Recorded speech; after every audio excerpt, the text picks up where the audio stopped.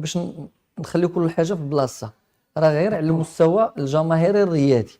راه دابا هادوك الجماهير مثلا في الجيش الملكي ولا الجماهير ديال الرجاء والوداد راه منهم اللي المهن ديالهم كيمشيو يخدموا في الرباط، ما كيخدموش في كازا. يعني هو في ولد كازا وكيمشي للرباط. واش الرباط ماشي مغرب؟ راه المغرب.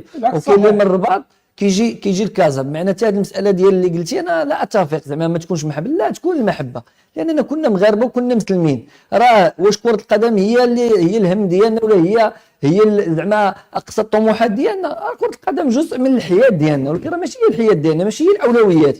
اللي كيبغي يتعصب معاه خيدير اولويه من الاولويات ديالو، وغادي يلقى راسو ملي غيفوتوا القطار يلقى راسو راه كان وحاط واحد الاولويه اللي ماشي صحيحه. لان الحياه اليوميه في اشياء اللي هي اهم من كره القدم، واهم من ان نضرب معك على واحد الفارق. وبالتالي يعني داكشي اللي كيربط بيناتنا وكيجمع بيناتنا اكبر بكثير من الجيش ولا الرجاء ولا الوداد. ولا كنبغي الرجاء راني محب لواحد الفريق، ولكن راه عندي حياتي اللي خصني فيها بزاف الاشياء. وكذلك اللي كيبغي الجيش، اللي كيبغي طنجه، اللي كيبغي الماس، اللي كيبغي يعني اي فريق في المغرب هذاك حقه. ولكن واش حيت كنبغي صافي راه وليت عدوك؟ ما يمكنش. راه حنا كنا مغاربه وكنا مسلمين وكنا كنتكلموا لغه واحده وكنا كنتقاسموا يعني تراب واحد، ونتقاسم الثقافه ولا عرق وبزاف الاشياء. شنو اللي غادي يفرق بيناتنا مثلا؟ شنو هي الحاجه اللي تخلينا نكونوا عديان؟ ما كايناش. لان كره القدم مبنيه على الروح الرياضيه في الاصل، على التنافس. الا ما كانش الرجاء ما غتكونش الوداد، ولا ما كانش الوداد ما تكونش الجيش، وما غتكونش هذه البطوله. شكون كيلعب فيها؟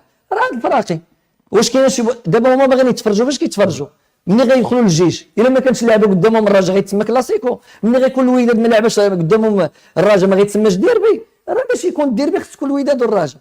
راه الناس افكارهم مغلوطه، خصهم يريحوا مع راسهم ويبداو وكل واحد مع راسو يبدا يفكر. واش انا كنفكر بتفكير سليم ولا بتفكير غلط؟ واش هذا الجيش الا دخلات وما لقاتش قدامها فرقه، واش انا غنتفرج في شي كره؟ ما نتفرجش حتى شي حاجه. دونك راه غتلعب ضد الرجاء وضد الوداد وضد طنجه وضد الفاس وضد كذا، مع ان خصني الفريق الاخر نحترمه لانه تا هو عنده الجمهور ديالو. الا ما كانش الجيش حتى هذوك راه ما غيلعبوش ضد هذه الفرقه.